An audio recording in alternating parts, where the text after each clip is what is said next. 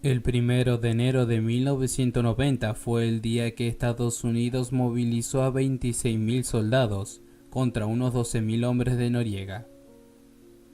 Todo para invadir Panamá y capturar al hombre fuerte de este país, acusado por la justicia estadounidense de narcotráfico y que finalmente se entregó el 3 de enero de 1990. Cientos de soldados y civiles panameños fallecieron durante la guerra, quienes obviamente los que más sufrieron fueron los civiles latinoamericanos.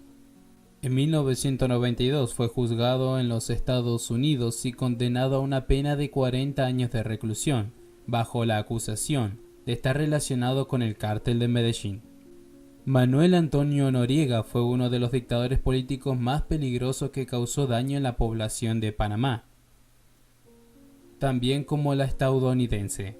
Su paso por la vida obviamente dejó una huella en la historia que hasta hoy en día es imposible borrarla. Repasemos quién fue este señor, qué fue lo que lo llevó a cometer semejantes atrocidades y cuál fue su doloroso final. Antes de empezar con el video, te invito a que te suscribas y active la campana para no perderte más hechos históricos como este. Te invito a que te quedes hasta el final del video porque te contaré una historia llena de traición y deseo de poder, y sobre todo, el poder absoluto que obtuvo y ejerció con total arbitrariedad y ácida crueldad. Acompáñame a su inicio y en este en particular era uno triste. El 11 de febrero de 1934, ciudad de Panamá, nació el pequeño Manuel Antonio Noriega Moreno. Se crió bajo las penurias de la pobreza y creció moldeado por la áspera vida en los barrios. Creció sin familia. Su padre, un contador displicente y adicto al alcohol, prácticamente lo abandonó de pequeño. La única que se quería hacer cargo del niño fue su madre, Josefa Moreno, quien lamentablemente falleció de tuberculosis cuando Manuel Antonio tenía apenas 6 años de edad. El niño pasó a manos de una tía. A la edad de 10 años, el pequeño empezó a mostrar síntomas muy raros en los que un joven no debería tener. Lo diagnosticaron con una viruela infantil. ¿Qué le ocasionó esta enfermedad? El desprecio y el bullying en la escuela de parte de sus compañeros. Lo llamaban cara de piña debido a las marcas que esta enfermedad dejó en el niño, y así fue su paso por la vieja escuela primaria de su barrio. Quienes recuerdan a Noriega en su niñez afirman que el extraño acné que le desfiguró el rostro y su estatura de 1,60 m fueron la única herencia de su padre Tomás, hombre enjunto y de tez morena. En broma y en serio era una manera de ilustrar sus posteriores complejos, el carácter tímido y reservado durante la adolescencia y cuando posteriormente se convirtió en adulto. Luego se trasladó a la ciudad de Panamá. Noriega creció en las inmediaciones del antiguo mercado público. Para entonces la esposa de su padre Tomás, Lavinia Hurtado, había tenido 2 hijos, Tomás y Luis Carlos. Este último, al enterarse de que tenía un hermano, lo llevó a la casa para que conociera a su padre. De allí nació la adoración que en un futuro se profesarían Luis Carlos y Manuel Antonio Noriega. A principio, Lavinia se opuso a que Manuel Antonio llegara a su casa, pero por la insistencia de Luis Carlos, el momento se produjo un día a la hora del almuerzo. Noriega visitaba a menudo la casa de su papá Tomás, pero seguía viviendo con mamá Luisa. Con grandes limitaciones económicas, terminó la primaria e ingresó al Instituto Nacional. Luis Alberto Tuñón, un compañero de aula de Manuel Antonio, relató que para la graduación, este no tenía con qué comprarse un traje, y fue él quien le prestó uno que le quedaba chico. Al terminar la secundaria, Noriega no recibió ayuda alguna de su padre. Manuel Antonio Noriega tuvo que conformarse con trabajar como ayudante de laborista en un hospital público. Después trató de convertirse en controlador aéreo. Frustrado por no tener los recursos económicos, Manuel Antonio tuvo que buscar otro camino. Allí pudo erradicar otras de las razones de sus complejos. No se realizó en la vida dentro de la profesión que deseaba seguir. Posiblemente como médico habría contribuido al bienestar de Panamá, pero como militar, con poderes absolutos, dio rienda suelta a miserias acumuladas que sumergieron al país en una de las peores crisis morales, tanto económicas y políticas de su historia. Tal vez si solo sus sueños tuvieran éxito desde un inicio, la vida de más de 500 personas hubiera sido distinta, pero bueno, ya llegaremos a esa parte. El gobierno de Perú había iniciado en 1945 un programa de beca para jóvenes centroamericanos que aspiraban a seguir la carrera militar. El problema era la edad. Cuando logró llenar una solicitud sobrepasaba en 4 años el límite establecido.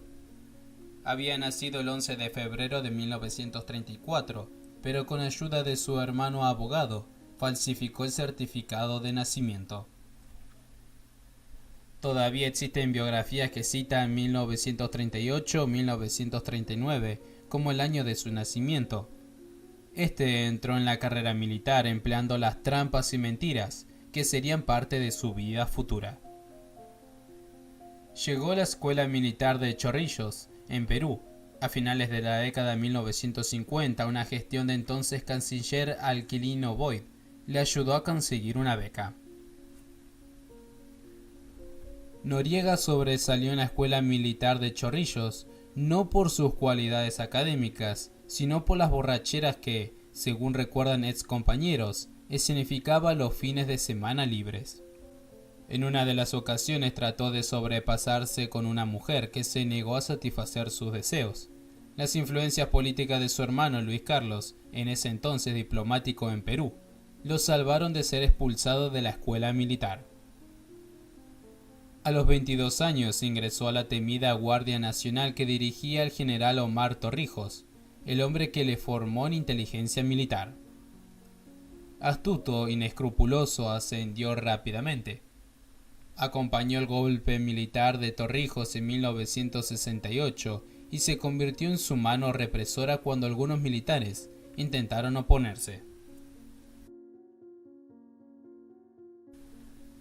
Como premio y necesidad, el dictador lo nombró jefe del servicio de inteligencia G-2, ojos negros, penetrantes.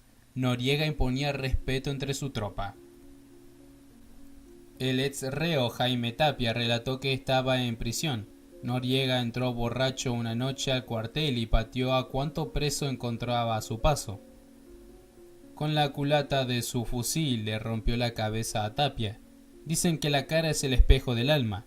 Yo creo que Noriega era tan feo por fuera como por dentro. Así llegamos al 30 de abril de 1984. Creo que todos ya sabemos quién fue Pablo Escobar. Durante varios años, Pablo Escobar fue uno de los narcos más importantes no solo de Colombia, sino del mundo. Sumado a los sobornos que éste realizó a parte de las autoridades en el país, se conocieron los acuerdos a los que éste llegó con altos mandos militares en Centroamérica. Y adivinen quién estuvo involucrado en estas negociaciones. Sí, Manuel Noriega.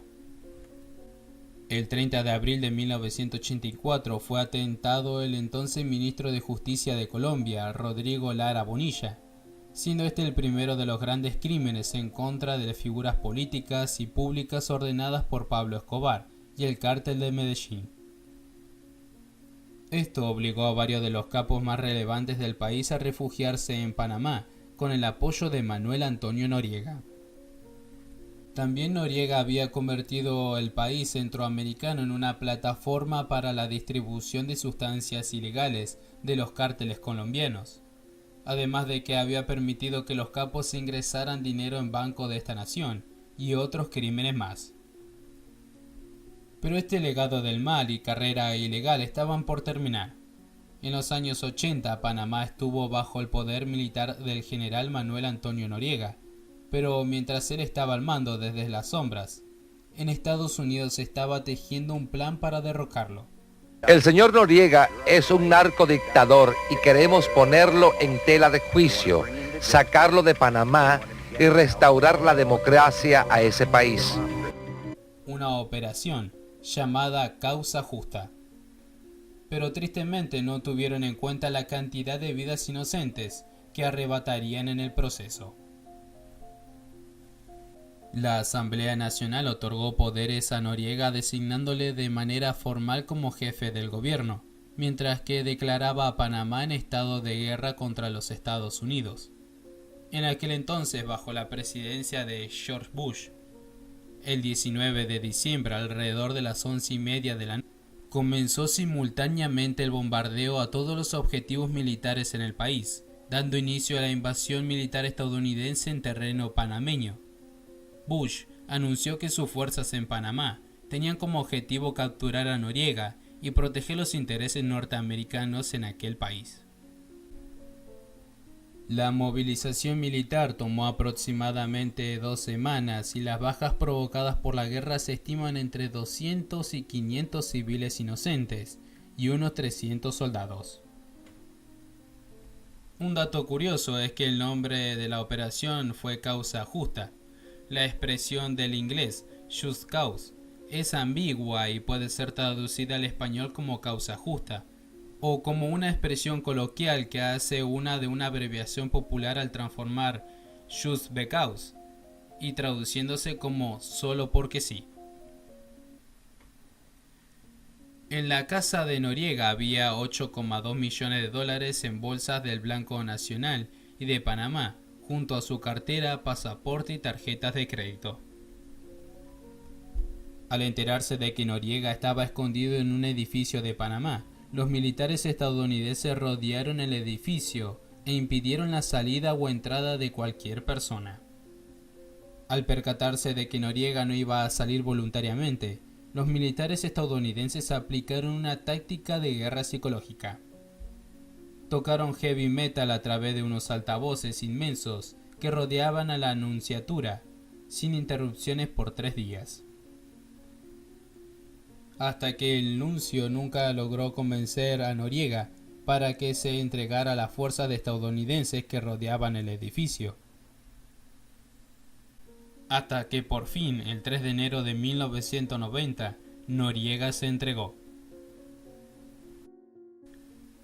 Por su participación en la distribución de sustancias ilegales en Centroamérica, Noriega pasó 20 años en prisión en Estados Unidos, varios años en Francia y finalmente en Panamá, país en el que tuvo que pagar por crímenes de abuso contra los derechos humanos.